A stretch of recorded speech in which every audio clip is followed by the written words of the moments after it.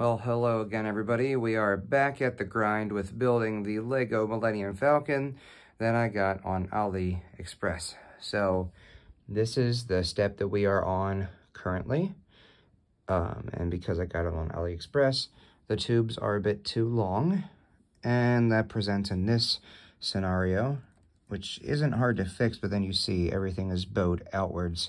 So I need to do a little snip and trim this ish down so it's not creating such pressure on this, because when I try and put the gate on, then it definitely launches this part into space. No pun intended, and I don't want that.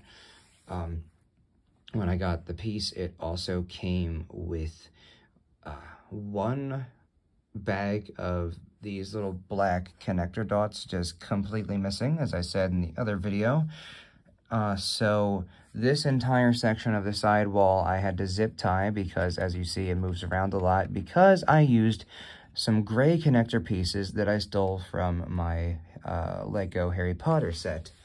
So that happened. Oh, and as you see, this floor is discolored because the 16 by 9 floorboard pieces that were sent in this big bag of pieces, you see there's one there, but then there isn't a second one, so I just kind of had to make do. However, there is a surplus of spare pieces so far that I should be able to finagle something later on if I have to. I've already ordered some extra black pieces off of eBay, which, I mean, it is what it is, I guess.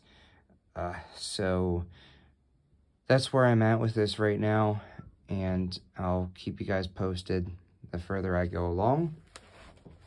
We're about to start on bag number 6 and do some big boy work, so I'll get back to yins in a little bit.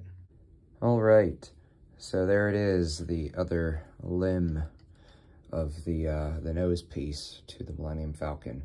So the overall exoskeleton of it is complete. Now, I believe when I go downstairs and work on bag number 7 for the next hour or 2 hours, that is going to be where all the structural stability for this model comes. So that'll be fun. But yeah, I'm happy with where I'm at. This is about 15 hours worth of building, non-consecutive obviously, but still. And from what I was told, what I Googled rather, the person who completed this the fastest completed the whole thing in 16 hours.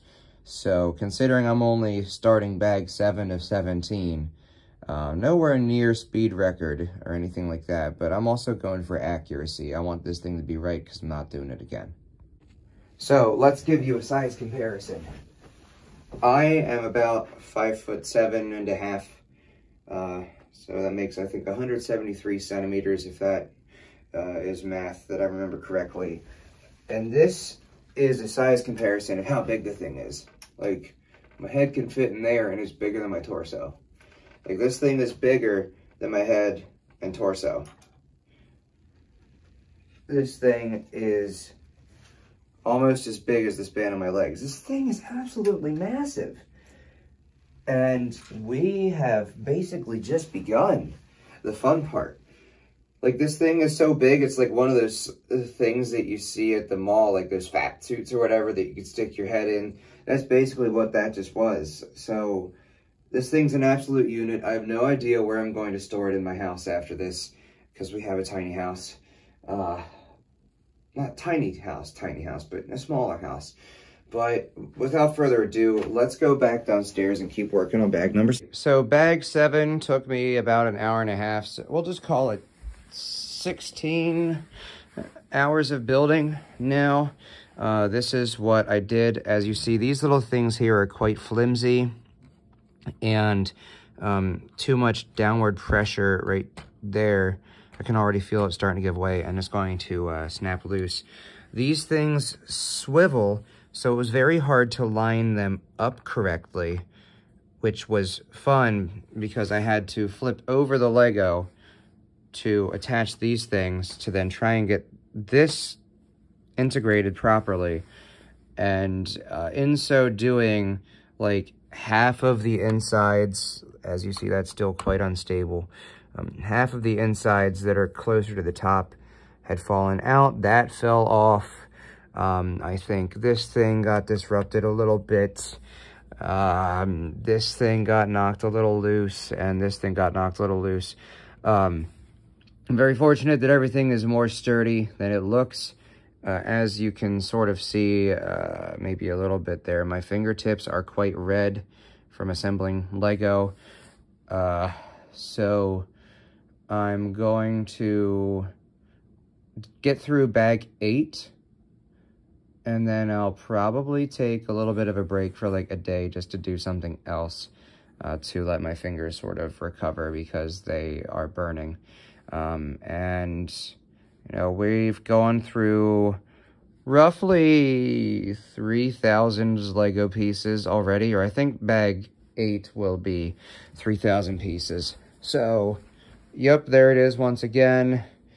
And I'm kind of nervous for this next part because you see how, like, not very structurally secure a lot of that looks. Well, we're going to be building pretty much entirely in here next. So I'm not looking forward to this. And it's going to be very fiddly and very difficult and cumbersome. I know I'll get there, but I am screaming with existential dread already. All right, so we are 18 hours into building this catastrophe, and whereas this one is pretty sturdy, this one doesn't give a shit. And I have tried literally everything to get that to stick to that, and I've got Lego versions of Band-Aids here. I'm probably just going to end up jerry-rigging this. I'm pretty sure this part of the Lego is going to be covered up anyhow, so as long as it doesn't fall apart when I move it in a different plane, like, it should be okay. But, like, this is one of the most stressful things I've ever done. Anytime I move this thing, something else falls off because a lot of these Legos are just kind of barely held on at certain parts of this. So, like, this one is fine. This one is a nightmare. And let's not even talk about the back. That falls apart anytime I touch it. So, why did I think it'd be a good idea to do the expert version of this Lego? Like, why?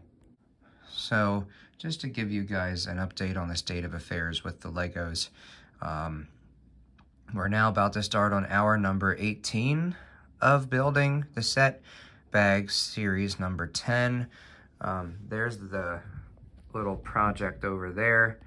I'm actually going to have my partner try and affix that part just because she has a more delicate touch than I do, and maybe she can troubleshoot. If I had to build this entirely by myself, I would have lost my sanity a long time ago. And then there's my dog, and we are now at the fiddly part, as I was telling you. So I opened 8 bags of Legos, and most of them are very small.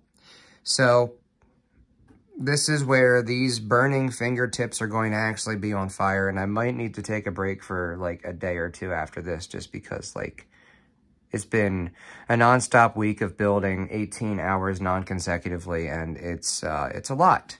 So we're next going to start with this piece, followed by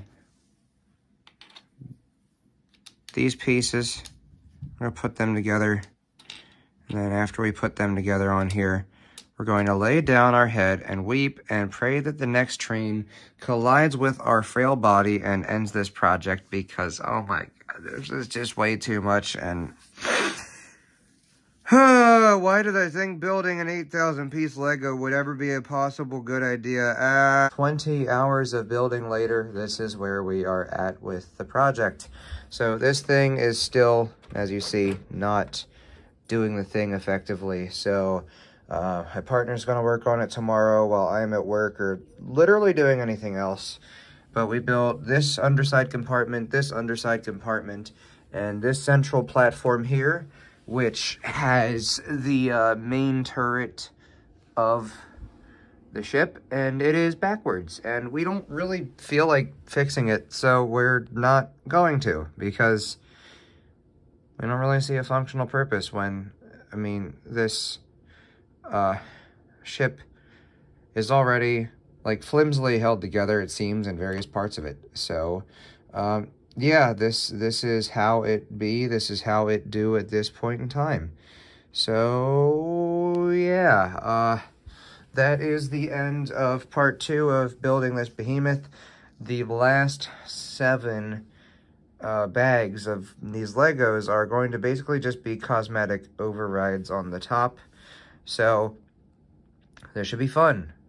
See you guys in the next one.